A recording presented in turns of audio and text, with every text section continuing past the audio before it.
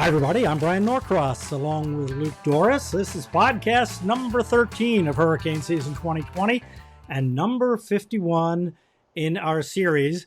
And we're wearing out the tropics, Luke. It's getting kind of crazy out there. Tropics have been running around with their hair on fire. This past week, especially, it's just been tremendous. Yeah, and I mean, there are two going right now, and both of them are coming into fruition right now as we're recording this, and both of them could be annoying. So today we're going to talk with Jamie Rhome from the National Hurricane Center. Jamie runs the unit at the NHC responsible for the storm surge forecasts, and boy, have they been busy. And he's led the program to elevate the profile of storm surge as a major hurricane hazard, which of course it is. Pretty much all of the maps and the messaging you see in an advisory have come from the Storm Surge Unit's multi-year program to improve and expand storm surge forecasting. Our conversation with Jamie Rhome about Sally and Laura and storm surge in general is coming up in just a few minutes. We're recording this podcast on Thursday, September 17th, 2020. If you're listening at some point in the future, tune in to Channel 10 in South Florida for Local 10 News, or local10.com, where you can always watch Local 10 News live and free. If you don't have TV or you can't get to the TV and you want to watch the news, it's always on local10.com. Or download the Max Tracker Hurricane app, of course, for the latest information, or the Local 10 Weather app for the current weather information. Okay, we've been focusing on Sally, of course, here the last few days, and boy, do we hate slow-moving storms, right? It's not just in hurricanes, but just in general.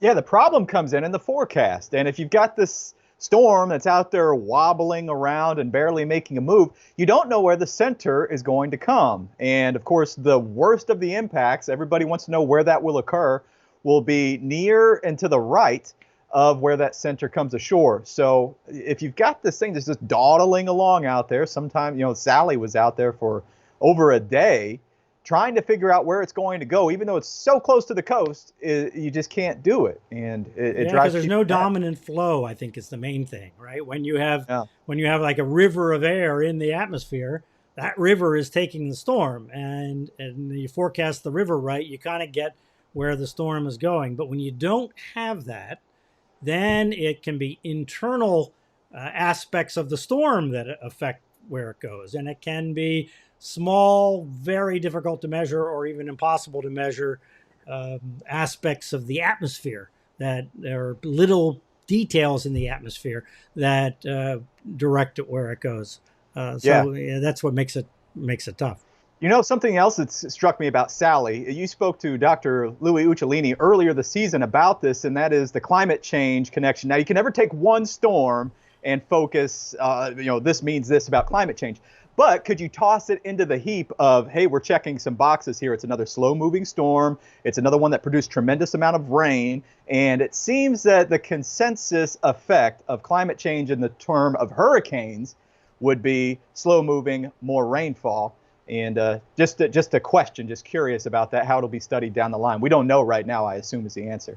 Yeah, we can't necessarily attribute this storm, but there are people that did research on Harvey, obviously, and indicate that it seems logical that there is more moisture in the atmosphere. The atmosphere is in general warmer, so therefore it rains more at the very least. This issue of the forward movement being different is kind of controversial, and what they're settling on is different parts of the atmospheric flow on average might have different changes with climate. I mean, the airflow around the planet is different, right? Mm-hmm. So it could make it be faster in some areas and slower in other areas in general, on average.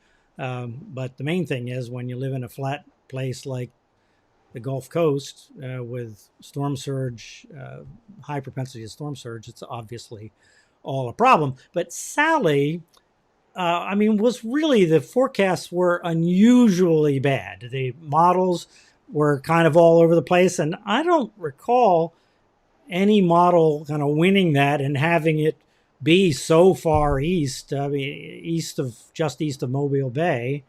The average errors for Sally were well above average. And like you say, having it be so close to the coast and have errors be above average, really unusual because when storms are near the coast, like Sally, the National Weather Service, NOAA, deploy kind of all the resources to try and make the forecast the best they can be. Sure. Right? They measure the atmosphere ever so much more with aircraft and balloons and other stuff. So it is disappointing and surprising and kind of humbling that sometimes the storms just don't do what the computers think they're going to do, or the humans. Yeah, and speaking of that, something else that's been the talk of weather Twitter is the typically reliable European weather model, and one that's one of the greatest, as far as if you look back at its reputation. And the season has been not its typical self. Even the ensembles, the ones where they take a whole bunch of different starting points, essentially, of the storm and then try to give you a fan of what could happen, it's been off as well. There have been some ideas, some theories floated, and maybe it's tied to COVID and the lack of transcontinental flights and the data that those airplanes inject into the computers.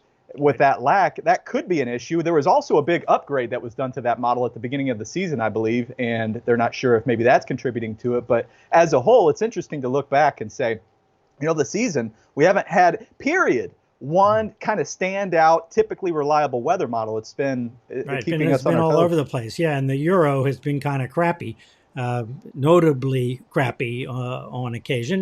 But in the GFS, there's a update coming to the GFS for the ensembles, the GFS ensemble system, which will have more ensembles and a bigger spread. This latest generation of GFS, if you look at the ensembles, they all seem to be going the same place. They don't have enough variation in them. Anyway, they've done work on that, and so we'll get better ensembles moving forward. And most people think ensembles are where it's at in terms of weather forecasting advances. So we'll see. And speaking of annoying, slow-moving storms, there's another system developing in the Gulf of Mexico. They're going to go out and look at it with an aircraft this afternoon, and it seems likely to turn into a tropical depression and maybe even likely to turn into a tropical storm, which, if it is the next one, would be Wilfred. And, here we go again of another Gulf storm without a lot of steering going on with it. Yeah.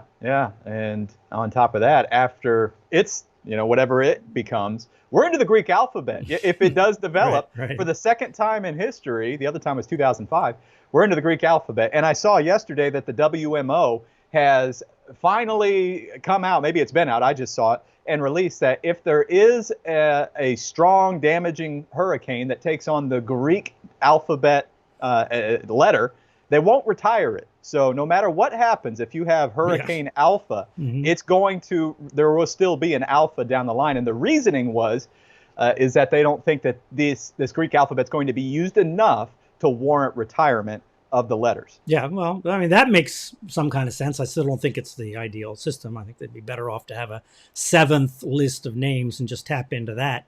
Yeah. Feels like the right thing to me, because there are plenty of A names, B names, C, D, E, F names. It's the problem letters are the ones when you get farther down. And the Greek alphabet's been around for 3,500 years or something. So it'd be kind of presumptuous to be retiring Greek letters at this point. And then with this system coming that is developing in the Gulf, kind of a almost likely Wilfred, I guess, there's a cold front coming into the Gulf too, right? And that's going to be an interesting dynamic of the timing of the cold front coming south, and this tropical system looks like it's going to drift north, although again the models are not very helpful on where exactly it's going to go.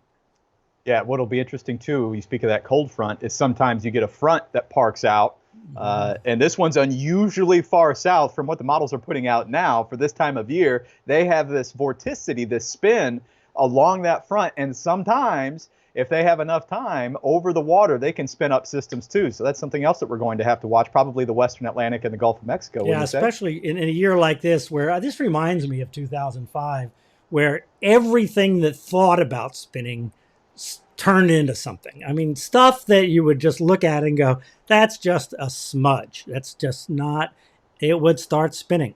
It's just such an interesting dynamic that makes that happen.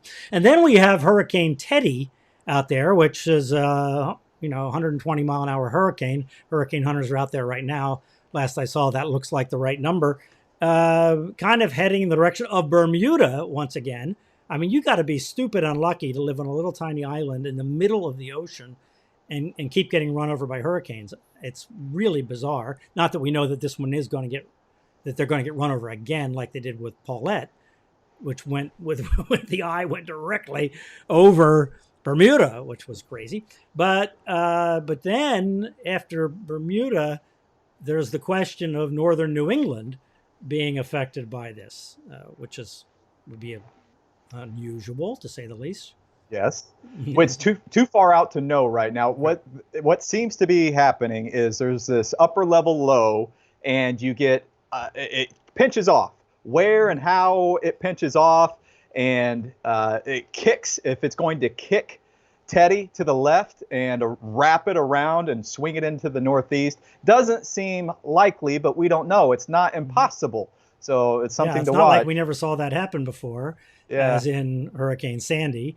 I mean, this is a different kind of situation, and the part of the coast that we're talking about here is really used to strong storms. So if you think of this as a nor'easter or something, the models are painting 970 millibars, more or less.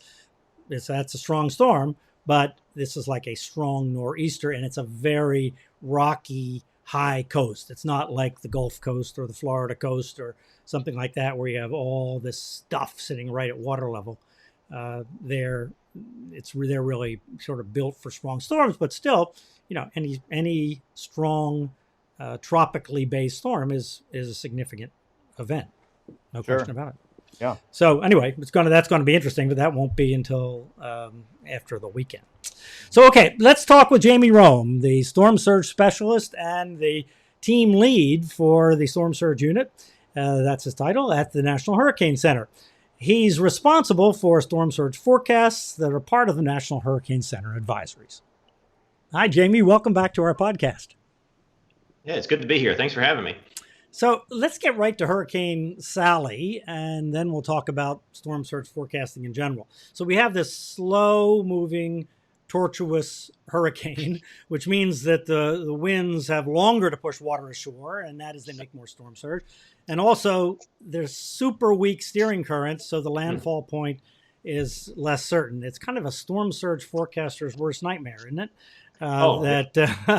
When landfall is highly uncertain because of weak steering currents, but then it's also in an extra bad storm surge location on the Gulf Coast. So, all right, tell us about Sally.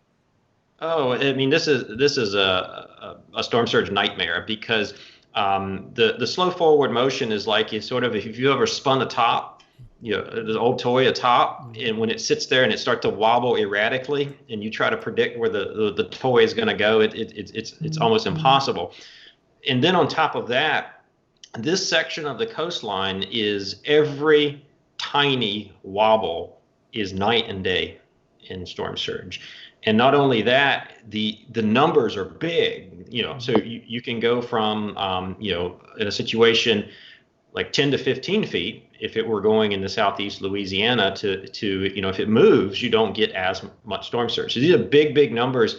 And it's even more difficult by the fact that if you're familiar with southeast Louisiana, the Mississippi River, we often refer to this, and locally they refer to this as West Bank and East Bank. Right, which is not at all west and east in a lot of right. It's north and south. North and south in every other direction except for west and east. So it's basically generally west of the mouth of the Mississippi and east of the mouth of the Mississippi, with the river levees themselves forming a sort of a natural wall or barrier.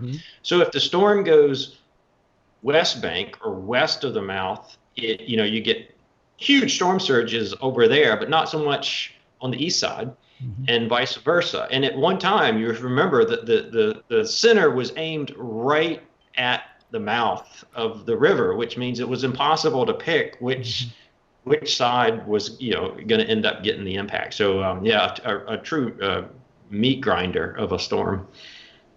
Jamie, when you make a forecast of storm surge, let's say 7 to 11 feet or 6 to 9 feet, whatever, what exactly are you conveying? How do you take into account the uncertainty that you were just talking about in the forecast for where the storm is going to go and how strong it's going to be? It's kind of similar to the cone.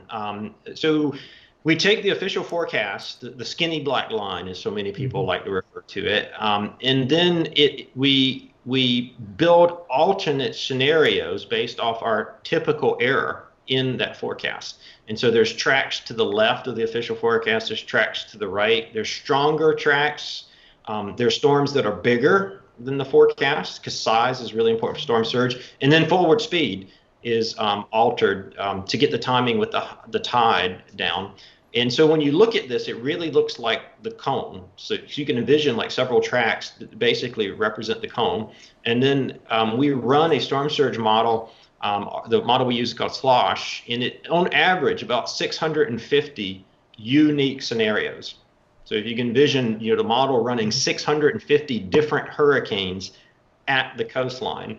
And then from that, we derive various products, but the one that's most commonly used for the forecasting perspective is what we call the 10% exceedance, which means there's only 1 out of 10 times will the actual storm exceed that value. And so, a lot of people will say, well, that seems extreme or harsh or cry wolf or all these sort of things. But it's only when you think about the consequences of that forecast does it make sense. We typically evacuate in this nation based off storm surge. So imagine if I made a forecast based off a 50% exceedance or coin flip, basically. Well, or most likely, right? Yeah, right, most likely. That means that 50% of the time we would be too low and evacuation orders would be short, or communities would be left unprepared 50% of the time. I don't know about you, but that seems pretty rough. To leave coastal residents ill-prepared 50% of the time. I'm guessing I wouldn't survive more than 2 storms like that. And so we kind of, for the purposes of public protection, public safety, we kind of are forced into this, what we call reasonable upper bound. Yeah. So, but that's the way we do extreme things in general in life, right? We set the thresholds low when something really, really bad can happen. I mean, that's just the way we think about it. I use the example when I'm talking to people about this. If I said there was a 20% chance that your family was going to be injured and everything was going to be destroyed if you didn't take some kind of action, would you take action? Everybody says yes. All right, a 10% chance. All right, a 5% chance. Well, where do you stop taking action, right? Because if there's some chance that some catastrophic event is going to happen that affects your family. So you talked about this distribution of model runs and different types of storms that you run to get this broad distribution of possibilities to make the forecast. But does that distribution vary by the fact that, like we all talked about, okay, it's a slow moving storm, nightmare. That means the forecast is likely to be worse than if it's a nice, well-developed, clear, here's the eye, here's where it's going kind of thing. Does our technology at this point allow for taking into account the kind of, poorer than average forecast potential, which is what we had here? It does. It's meant to encapsulate the full potential of scenarios that could happen. And obviously, as a storm evolves, every forecast is different. And so the distributions or the possibilities also change. So every storm, every forecast has a new set of distributions and a new set of tracks or a new set of scenarios that are based off that particular forecast and the errors inherent therein. And as you can imagine, the closer you get into the landfall, the errors are compressed. And so the scenarios also get tighter and tighter and tighter. And you have less variance in the storms that you're using to create that forecast. So specifically with Sally, where we ended up really with the peak storm surge being in the Western Florida Panhandle, extreme Western Florida Panhandle, right? Do we know yet if that's where the peak was, by the way? No, I mean, we're only a day after this fascinating. all happened. It's actually fascinating. And this is a remarkable lesson in storm surge. We got similar storm surge in southeast Louisiana outside of the federal levee system encasing New Orleans. Mm-hmm. We got similar storm surge values. You mean Shell Beach and over there? Shell Beach with a 30-knot north wind as we got in the Florida Panhandle with a Category 2 landfall. Mm-hmm. Now think about that. That's why storm surge is so impossibly difficult to describe and communicate, because that you can imagine the layperson would hear me say that. I mean, look at the look on Luke's face. You can imagine the layperson hears me say that and would think that I'm off my rocker. Right. You know, how could you get similar? Shell Beach recorded a peak surge of about 5.6 mean higher high water, which is just our way of above normal high tide, more or less. Right. And Pensacola was basically the same. Yeah. Right. Same value.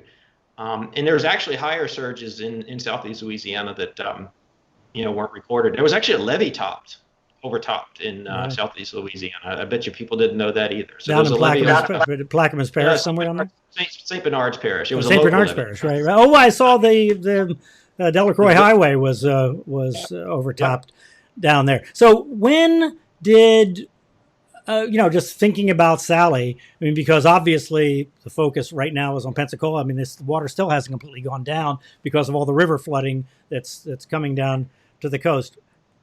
It just felt like to me that this was really an unusual situation, that we had this sort of increase in storm surge potential really late in the game. Was it not? Was this like, because the forecast kept changing, the storm kept going to the right side of the cone over and over and over and over again. So it ended up 100 miles or so to the east of the 2-day landfall point.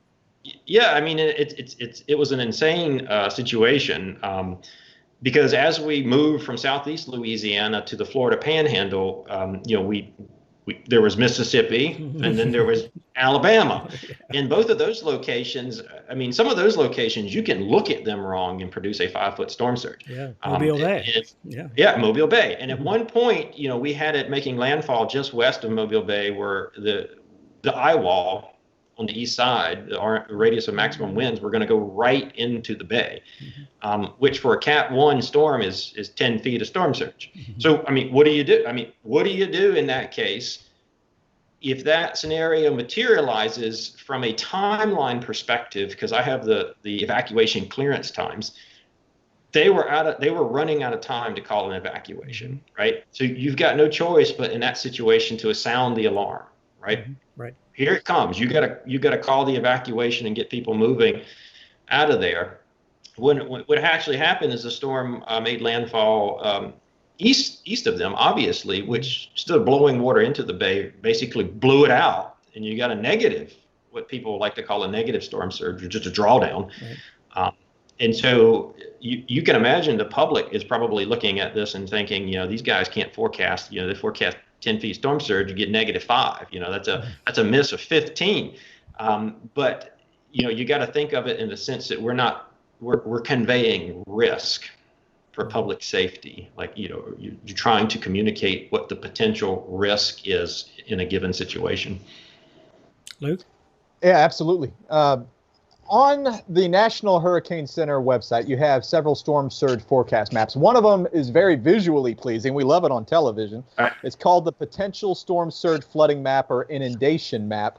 Right. So to distinguish it from a flat-out storm surge forecast, how high the water could get at the coast, is it a good characterization to say this map shows the area that could have storm flooding at the coast and inland, taking into account reasonable variations in strength and track and all around the National Hurricane Center forecaster? How would you describe it? It could is the right word, and it's what you should prepare for, because it's taking into account all of the uncertainties that none of us can forecast. The storm wobbles, strengthens, what have you, speeds up, slows down. But the other thing too is it shows how far inland the water could go.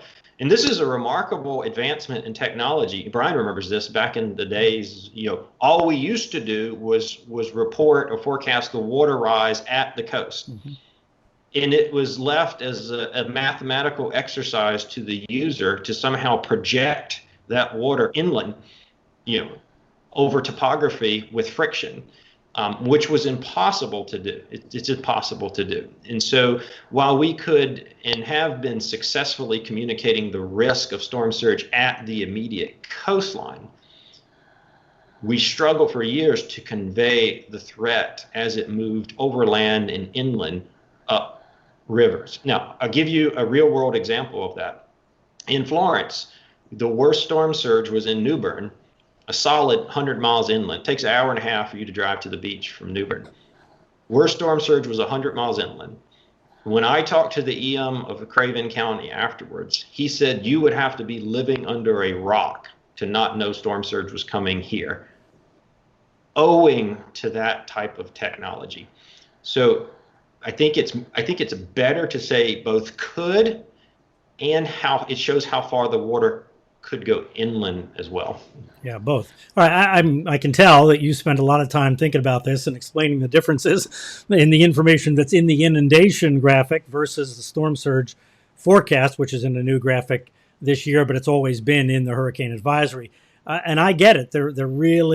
They're similar things, but they really are different things. And the way we've settled on it, actually the way I've settled on it anyway, is that I use the inundation graphic to show how far inland and the extent of places that could be covered, but only deal with numbers at the coast, right? So that we don't have multiple numbers going on, right? So do you think that storm surge forecasting is really difficult to communicate fundamentally because the phenomena is so complex and it varies so much over just a slight difference in track and intensity and angle and storm size and or what I know you spent a lot of time thinking about how you're going to communicate the science that you do. What thoughts do you have about how about the challenges and how they're kind of working out in the real world? Yeah, I mean, it's a good question. I don't think anybody's asked me that question in a while, if ever. I mean, first we got to step back and look at the context, evolution of the nation's hurricane and storm surge program. Whenever something changes as quickly as we've changed the storm surge program, it's not a flip of a switch. You're not going to get 100% compliance and 100% understanding overnight. Most people could care less what the National Hurricane Center does until a storm comes, and then suddenly they see a brand new product, a brand new depiction for the first time, and they're trying to square that with the experience they had in a hurricane 5-10 years ago when the technology was totally different.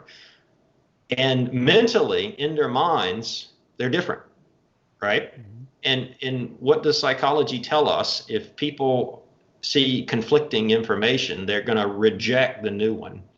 They're going to go back to their historical experiences of a hurricane, which is typically categorically based, right? They're going to go back to, okay, I got hit by a Cat 3 and I didn't flood. And so now you're telling me I'm going to flood on a Cat 1. That makes no sense whatsoever. And so these changes need time to just sort of stew in people's mind. So it doesn't surprise me that we have some confusion and work to do with respect to education. That should be expected. That anybody who's in public education and public awareness would totally expect that. And so now we're sort of working on the next phase of how do we, I think we've done a good job of explaining that storm surge is bad and it's not good. You should probably pay attention and then leave when told to do so. And that's evidenced by the decreasing number of deaths in this nation due to storm. I mean, if you've looked at in the trends in mortality, hurricanes, more people died in generator carbon monoxide poisoning in Laura than died in the last 11 hurricane landfalls from storm surge. Wow. Take that in for a moment. More people died in carbon monoxide poisoning in Laura, one storm, than died in the previous 11 storms, including Laura, from storm surge. And 5 of those 11 were major hurricanes. Yeah. Michael, right? It's also a testament to, well, it's a tremendous testament to the work that's been done on storm surge. Also a testament to how poor the communication is about generators, because they're dangerous things. People that storm surge is bad and you got to go and evacuate and all that sort of stuff. What we have to work on now is now there's this natural curiosity of what is storm surge and how it works. And so people are kind of digging into the nuts and bolts now. Mm. Yeah, and I totally agree with what you said too, Jamie, about people, they take what the forecast is, they compare it to what they've dealt with in the past. And it gets tricky because sometimes people will say, I was in a Cat 3, whatever hurricane, and maybe they were on the far outer bands. You know, to say I was in a Cat 3, were you really, or were you somewhere in the vicinity well outside the worst of the storm, which is commonly the case, I think, and maybe that gets lost. But how much of the challenge in the U.S. is because we lay everything out there for everybody to see? You know, the inundation map is right there on the National Hurricane Center forecast. Anybody can go, or on the website, I should say, anybody can go there. They can look at that. That map especially might be best left to trained emergency managers, but by policy, it's all out there for the public, right? Yeah. Yeah, I mean, that debate has raged on for the 12 years that I've been at the helm. Very passionate debate, I should say, or spirited debate. My thoughts on this is it's not for me to decide what the general public should and should not have. I mean, that's a big overreach on behalf of the federal government. Instead, it's for me to communicate the risk to everyone equally and give them the opportunity to make conscious, good decisions on what they should do. Now, granted, there are some people who don't see it that way, but those people are, I would say, more and more in the minority as we march on in time. So that's maybe there's more people who are skeptical and I just don't hear about it, but that's been my sense is that as we've gone deeper and deeper into this evolution, the folks who argue that the public is not capable of seeing their risk have lessened. Let me ask it another way. And it's honorable that you don't want to withhold information. This is everything that we know. I think that there's that's a good way to gain confidence in a user, is that, hey, this is what we have, and now you can see it. Let me explain it to you. I agree with that. Do you sometimes wish, though, that maybe you could tailor your message to individual audiences in some way? Oh yeah. I mean, I think that's the holy grail of risk communication. But we're all stuck with the resources and tools and limitations that we've got to work with. And we're striving for that goal, passionately with respect to our decision support. So often we'll brief the emergency managers and we'll brief them with a different tone and information and inflection than we might brief, media, do a media interview for the general public. You can imagine those conversations are totally different. So even though our products themselves might not be tailored to a given audience or constituent, our briefings are. I mean, you can probably envision what some of these discussions with emergency managers, parish EMs, that sort of stuff. It's a decidedly different conversation. Yeah, so I can remember a lot of discussion about the media wanting to be on the conference calls with the state emergency management and the local emergency managers, and the emergency managers were like, no way, no how, absolutely not, because they want to have the ability to push back and to really probe without, sometimes these people do other things in their lives besides try and understand the nuances of storm surge, 365 days a year. So I agree, by the way, with the media not being part of that call so that emergency managers can speak freely without it end up showing up, in the media somehow. So I went back and checked some old advisories, and I did not see any storm surge forecasts in the early 60s for Donna or for Carla. But by Betsy in 1965, when it was approaching South Florida, they had them there. Now, they were different than, they were just above the normal tide level back then. And for most of the time, they've been that way. Did they understand storm surge back then? Do you know? They forecast storm tides, Right. Slightly different. Was it a wild guess, or were they doing calculations? Was there good science by the mid 60s in this field? There was shockingly good science on this. Obviously, I'm placing it within the context of the 60s. Yes, and the U.S. actually led the world in this, especially during the 70s. And some of the same technology and equations developed in the 70s and 80s are still used and accurate to this day. It's really quite remarkable how far ahead the early adopters of storm surge modeling and forecasting in the U.S. were that long ago.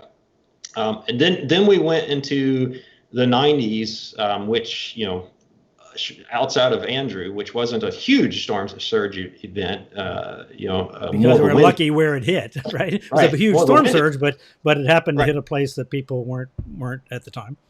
So we went through this period of, I guess, not many big storm surge storms. And so storm surge research and development modeling kind of languished or froze, I guess, if you will. Although Hugo was a big storm surge event, right? I mean, but it did, for whatever reason, it didn't. It didn't hit Charleston. It hit McClellanville, right?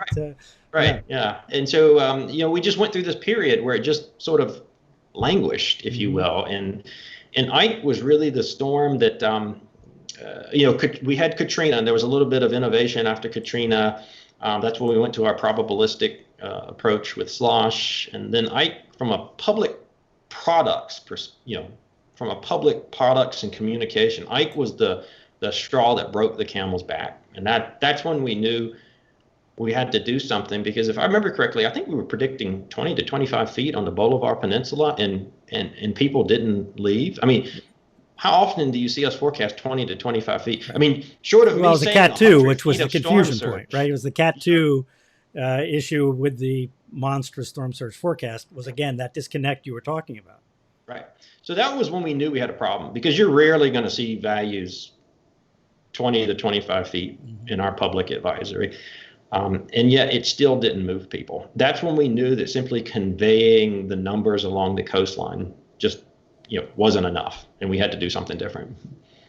Yeah, I know people. I've been to a wedding, Jamie, on the Bolivar Peninsula, and the people lost their house. I went there. The wedding was well after Ike, of course, and they'd rebuilt their house. But they were telling me stories about people that didn't believe it. They just said, that was Cat 2. The Cat 2 thing kept them. They're like, we've dealt with these before. It's going to be okay. And one of them was an older guy, and he ended up making out, but just by the skin of his teeth. It just horrible, harrowing stories that were coming out of there. But, we were talking about some of the innovations that have come. You touched on some of this. Sounds like slosh was a big one in the storm surge forecasting. What other big discoveries were there? Maybe it was just a gradual increase. I assume computing power had a lot to do with the forecast improving. Well, I mean, so originally when we would use slosh, it was based off what we call a single track deterministic, meaning we take the forecast and make one and only one slosh run based off that. So there was no function of uncertainty in it, right?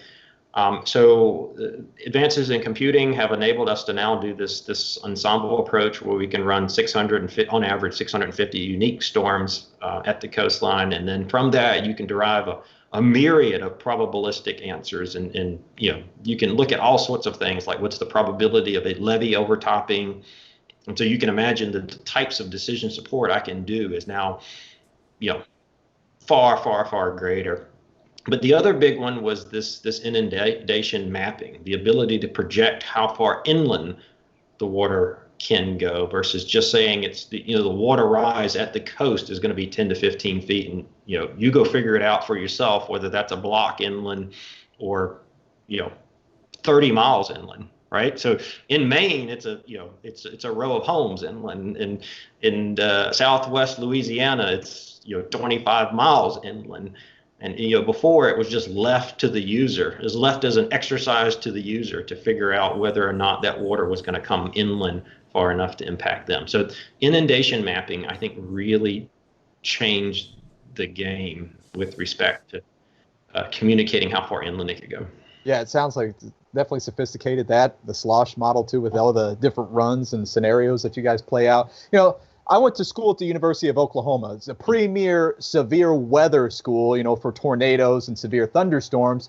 I have a bachelor's. I don't have an advanced degree. But storm surge was touched on, I don't know, 2 days, something right. like that. We had a little glaze of it. It's just not the focus of the program there.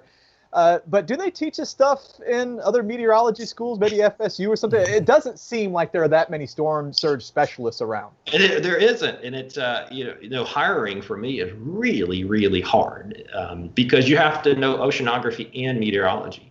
Yeah. So there aren't many people who have that dual degree. There are a few. My alma mater, North Carolina State University, does a dual oceanography, meteorology background. And so you either got to hire a meteorologist and teach them the ocean physics, or you got to hire an oceanographer and teach them meteorology. And so, it's hiring is really, really, really hard. And when we get somebody who's good at it, we desperately try to hang on to them with, dear life, because turnover in something this specialized can be, devastating. You got to go back to the drawing board and teach somebody all over again. Yeah, I can imagine. So let's go back to Hurricane Laura. Last month, we talked here on the podcast about the storm's initial possible threat to the Houston metro area. Some very credible computer forecast models were showing a serious threat there, although the Hurricane Center never completely bit on that, which was an amazing bit of forecasting we talked about. And because storm surge going up Galveston Bay is a huge issue in Houston. Thankfully, that didn't happen. Talk about what you guys in the storm surge unit were thinking as there was some potential of a Houston threat. Then it eventually moved to Lake Charles, became a Lake Charles threat, and then there was the final outcome that just barely saved Lake Charles from getting flooded. Well, the first thing that was on our mind early in the storm was Rita.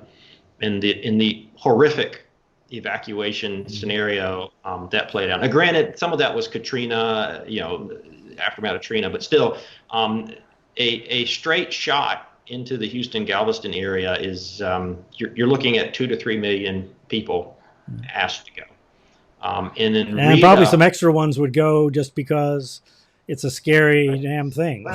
Right. Right. And so in Rita, over 100 people perished in the evacuation alone. Mm-hmm. Think about that. Over 100 people died, or, their mortality was due to just the evacuation process. Yeah, it was 100 degrees or 100 right. and something degrees. It was a crazy, incredible thing. Yeah.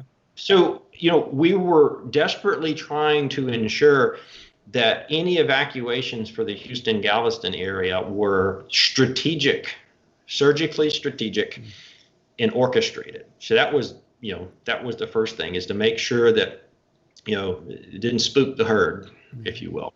And so just working very, very closely and diligently with local officials to, keep them well praised of the threat. And you're going to get some storm surge, but right now it doesn't look like you're going to get a ton.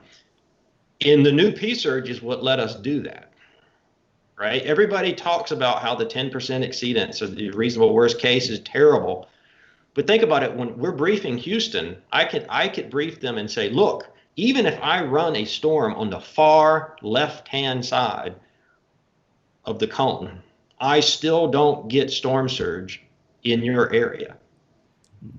Were you nervous, though? Because some of the models did show, some credible models were showing storms to the left of the entrance to Galveston Bay, which would potentially put storm surge up right. into the bay. The Hurricane Center forecasters didn't bite on that, which was right. to me blew my mind actually that they stayed with the plan brilliantly. But so you had the official forecast, but then you had these, this computer model thing that had these scenarios that were stunning. I mean, and think about it and this is why working at the Hurricane Center is so emotionally and psychologically, I mean, it's just, I mean, it'll turn you into a shell of your former self. Your choices are, you can brief that, hey, a 20 to 25 foot storm surge is possible in Houston, Galveston, prompt a shutdown of the nation's energy system, literally. Mm-hmm. Yes. As well as evacuate 3 million people and possibly kill them in the evacuation process, some of them in the evacuation. Those are your choices. Or you can try to make the best possible forecast you can on the science you got. And in the back of your mind, you always know that, if this doesn't turn out well, then, I'll be digging ditches after this. But still, and that's why working at the Hurricane Center, and I mean, these folks are heroic to lay it on the line, to put their career and reputation on the line every single time and try to put the best possible forecast out there, regardless of the consequences. I mean, it's our forecasts are always brutally honest. This is what we think. And, if it goes wrong, it goes wrong, but this is what we think. And was I nervous? Of course. There's not a single storm I haven't been nervous. There's no sleeping in storm surge. Even if you're laying in bed, you're awake, because everything can go wrong on you in a moment. So then talk about the way that the storm kind of migrated to the right. Yet another one kept migrating to the right, and the issue with Lake Charles, and then what finally happened in the end, and how that compared to the forecast. Yeah, so going back to our early discussion about Mobile Bay, except in this case, it's what is it, Calcasieu Pass, yeah. So that is basically a highway of water straight into Lake Charles. And if you put a major hurricane to the west of there, like Rita, you'll shoot water straight up that thing and right into the city. And you can look at what happened in Rita to see just how devastating that is. And it's like 25 miles. it's a long, right. 25, 30 miles up there, right? It's a long way. Yeah. It's basically a pipeline. I mean, the water just shoots right up in an instant. Yeah. And so remember, most of the forecast, were over there towards Port Arthur area, which was perfectly aligned. So we had no choice but to communicate that potential risk. To do anything short of that is negligent. Mm-hmm. In the end, the storm went right over the pass. So the eye went literally sort of right over the pass, which means the strongest onshore winds were about 15 miles east in Cameron Parish in a community, Grand Chenier area. And so the storm surge was over there. USGS, I don't know if you guys seen this yet, USGS just came in with a perfect high water mark of 17.1 feet. Perfectly still. That's not waves. That's perfectly still. So the actual water rise was higher than that because the waves are, on top of that. So the 15 to 20 feet materialized. It just didn't hit a populated area. And unfortunately, in this day and age, media is somewhat fixated on populated areas. So initially, everyone reported that the storm surge vanished into thin air, disappeared, which anybody knows anything about Cat 4s in the Gulf of Mexico is no, that just doesn't happen. And a few days later, once folks really started to get into Cameron Parish, I mean, it's absolute devastation. Yeah, it's terrible. You haven't seen the footage. I mean, some of those communities might not come back. It's so devastating. So the 15 to 20 did happen. It just happened about 15 miles east of the pass, and therefore didn't have that highway to get into Lake Charles, if you will. So that had to be super annoying to see people, even some pretty established meteorologists, that quickly, I mean, right after the storm, say the forecast wasn't good and the prediction was no good right after the storm. What do you attribute that to? Is that the media latching on to the big high numbers, and ignoring the range in the forecast? Is that a communication issue? What do you think? It's a combination of two things. First and foremost, this has always happened, always. And people don't learn their lesson. They get right back up and make the same mistake all over again. Brian, you remember this. In the first 8 hours after Katrina, everyone was in New Orleans saying New Orleans dodged a bullet. Mm-hmm. I remember it vividly because we kept getting media requests for quotes, and I refused to do any media interviews because the disaster takes a long time to unfold. Yes, that morning, I was on CBS that morning, actually on the network, and I was on WFOR at the same time. And David Bernard was actually in the weather office with me, and we were monitoring WWL out of New Orleans, which is the main radio station in New Orleans for news, and to try and be aware of what was happening. And we were saying, so far, so good, but the water is still high, but so far, so good. And then we got the first word from WWL that the flood wall had failed on the industrial canal. And then immediately the flash flood warning came out from the weather service over there. And I went right on CBS. I mean, this all happened 1 minute before I went on CBS.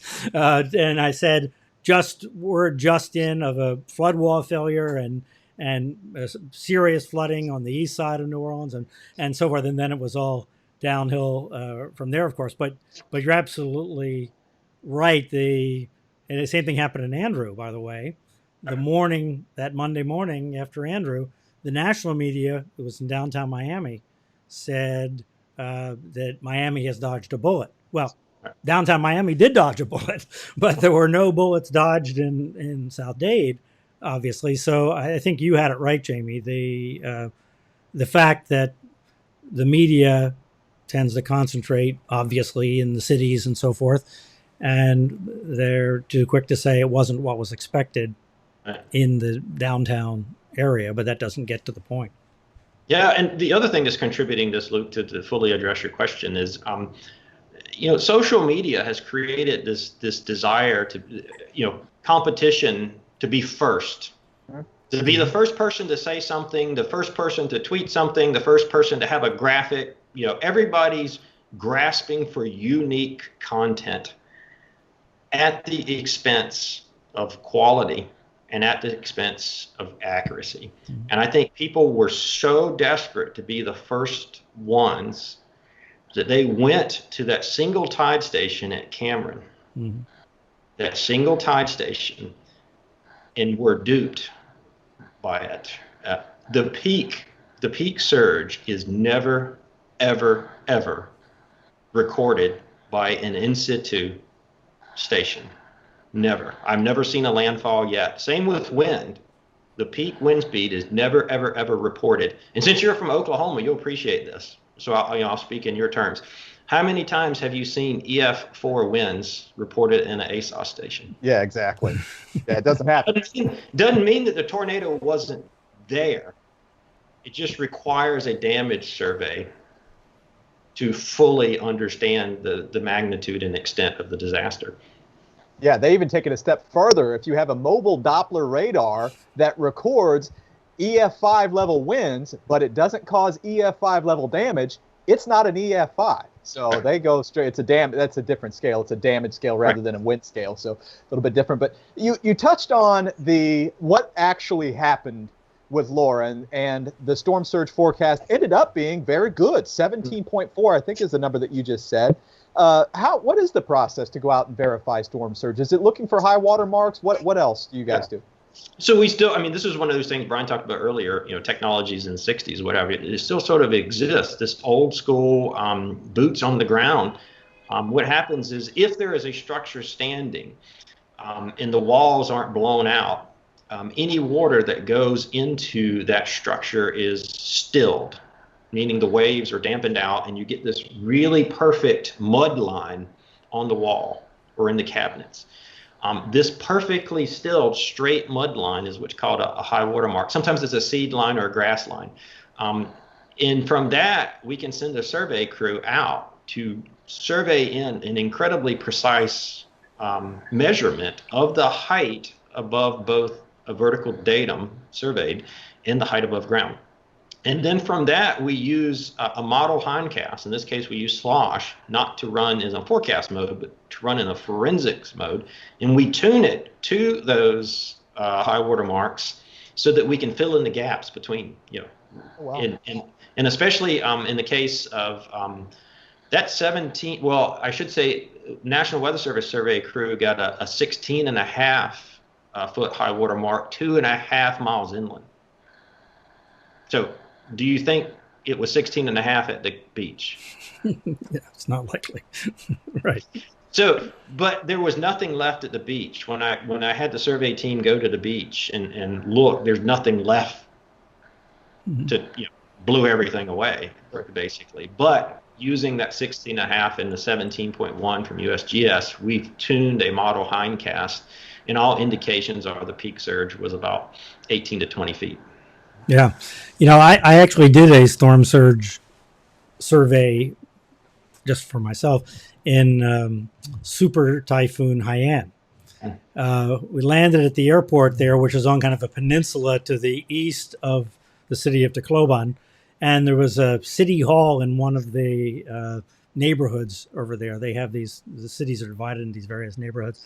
And the city hall was blown out.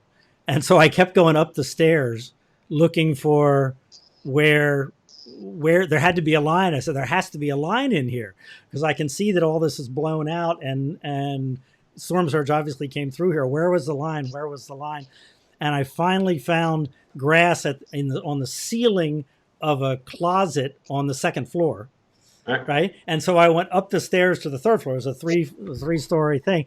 And sure enough, there was some grass. It was right at the barrier between the second and third floor of this building. But because it was inside a stairwell, obviously that was a good still water kind of measurement. But I'd never seen anything like that. I mean, that was just an unbelievable event, rare kind of event, but it was similar to what can happen on the Gulf Coast. Well, first of all, we're running out of people. Are you available for high water mark to survey in Sally? Secondly, no. Your second point is you will learn more about storm surge doing high water mark and forensics than you'll ever learn from anywhere else. And anybody who's ever gone with me on one of these surveys, I usually try to take one or two people with me. They come away with just a totally different perspective, usually emotional. Like it's a very emotional experience to have to crawl into someone's house that's been destroyed. And, sometimes you'll hear something crack and look below your foot and it's their family photo or, some precious possession that's just laid out there.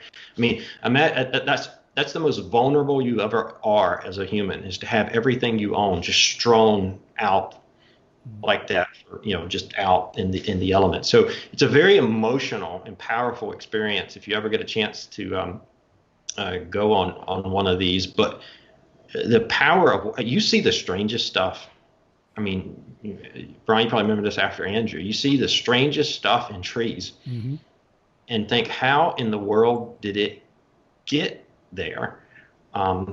You see utter and total destruction, and then you'll see something that's so fragile, like a glass or a teacup or something like that survived, and your mind just can't reconcile how this happens. I've often thought about trying to take someone in media with me on one of these surveys to try to somehow capture this and to the larger viewing audience. The problem is it's such a personal, you're on people's property and their things, and they've just gone through this terrible experience. To invade their privacy like that is pretty rough. But like I said, if you ever do one of these surveys, it's really, really powerful.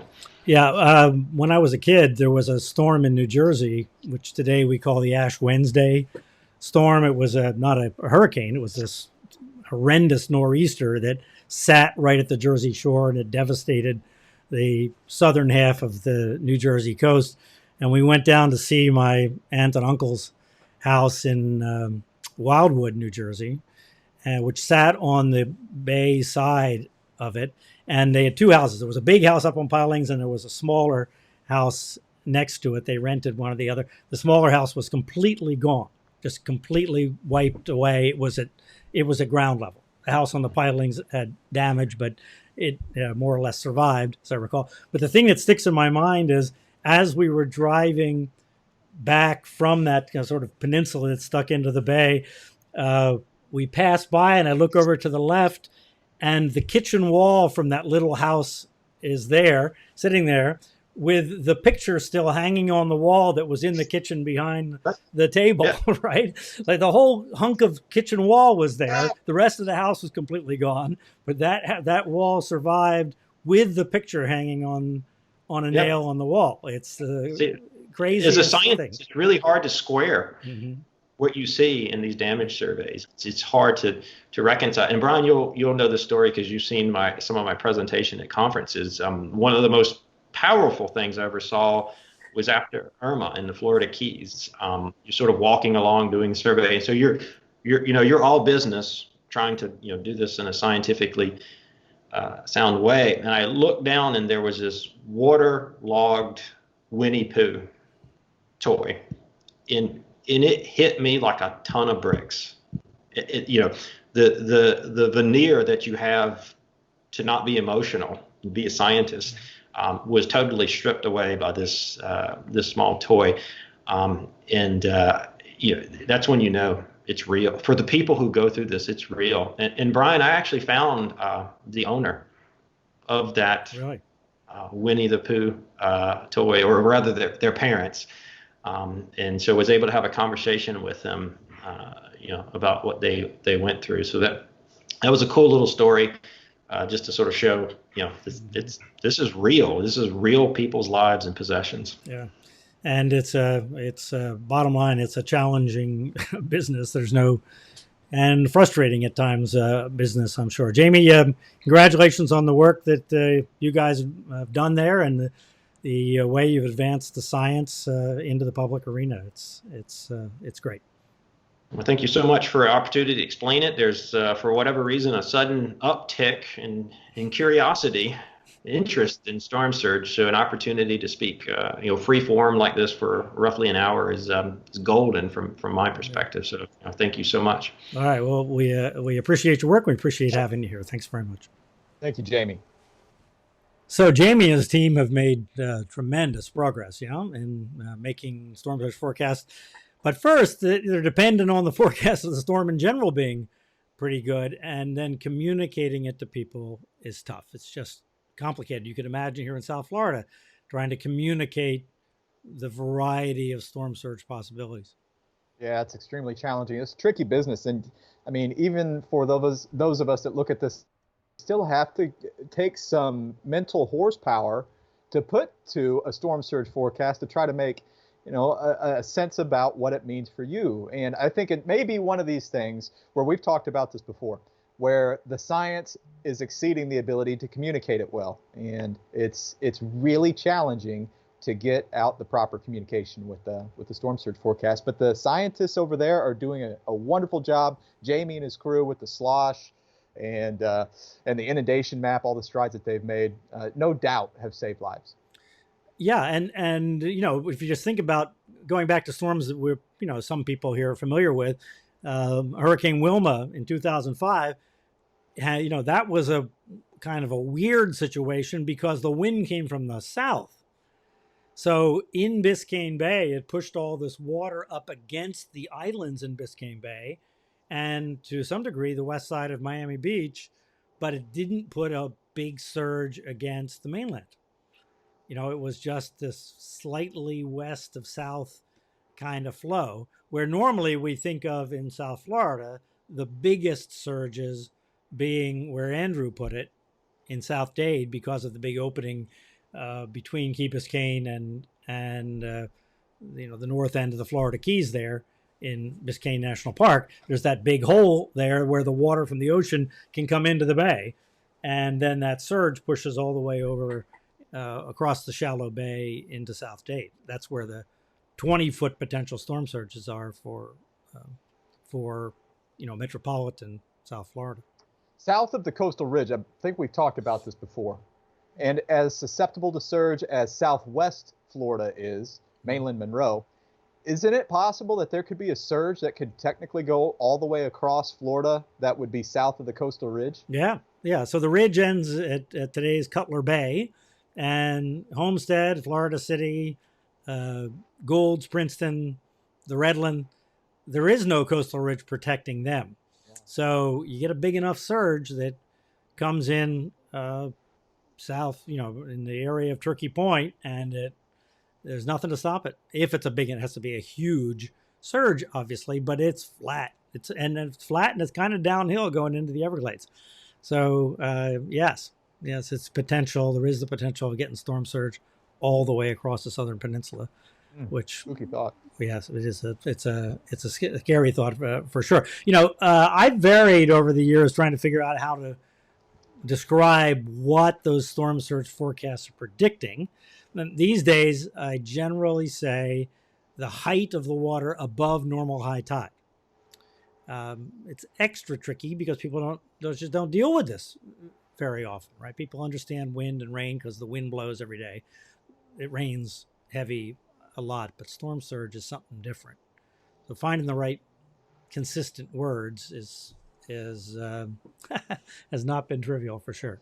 Well, and do you ever use like Google Maps and you're driving somewhere and it says in 2 miles turn right, and then it says in a mile turn right, and then it says in 500 feet turn right? That kind of short circuits my brain. I know conceptually what 500 feet is, but when you're driving, is that like turn right now? Yeah. Is that so? Right. It becomes odd because you don't think in terms of feet when you're driving. Similar kind of when you're thinking of storm surge. What does 7 feet mean? And what does 20 feet mean? Now I have to take, again, a little bit of mental horsepower and conceptualize that, get a visual in my mind. And I remember in Irma that it was actually the storm surge unit. Taylor Trogdon is one of the meteorologists there, and he was posting up on social media. He would say, this is what, I forget what the surge forecast was, but he had a kayak up on its end, and then he would stand right next to the kayak. Yeah, I remember that. Give you an idea. Right. And I thought, okay, but it's difficult to do with just the numbers and just looking at the maps. And then thinking too, what's that mean once you get away from the beach? Yeah, the elevation's not going to go up much, but it'll go up some. What's that going to mean at my house? And me personally, I'm fairly close to the beach, not right next to the beach. What does that mean here? Really difficult things to try to pinpoint and make heads and tails of. Of course, that's what the evacuation zones, that's what evacuating is all about, right? That's sure. why and which we don't have a good way of communicating evacuation zones at all. And it's worse in Miami-Dade than it is in Broward. In Broward, they keep it very simple. In Miami-Dade, it's stunningly complicated. All right, so next week on the podcast, we're going to talk to a couple of very prolific young meteorologists. Matthew Capucci from the Washington Post Capitol Weather Gang, and Jack Sillen from the weather website weather.us, and other stuff that Jack does. I mean, if you're on weather Twitter, you see them all the time. They're just cranking out really interesting stuff on social media. It's pretty amazing. So we'll talk to the new generation of accomplished meteorologists. So until then, keep an eye on the tropics, everybody. It's still happening out there. For Luke Dorris, I'm Bryan Norcross. Have a good week, everybody. Be well, stay safe, and please wear a mask. Thank you.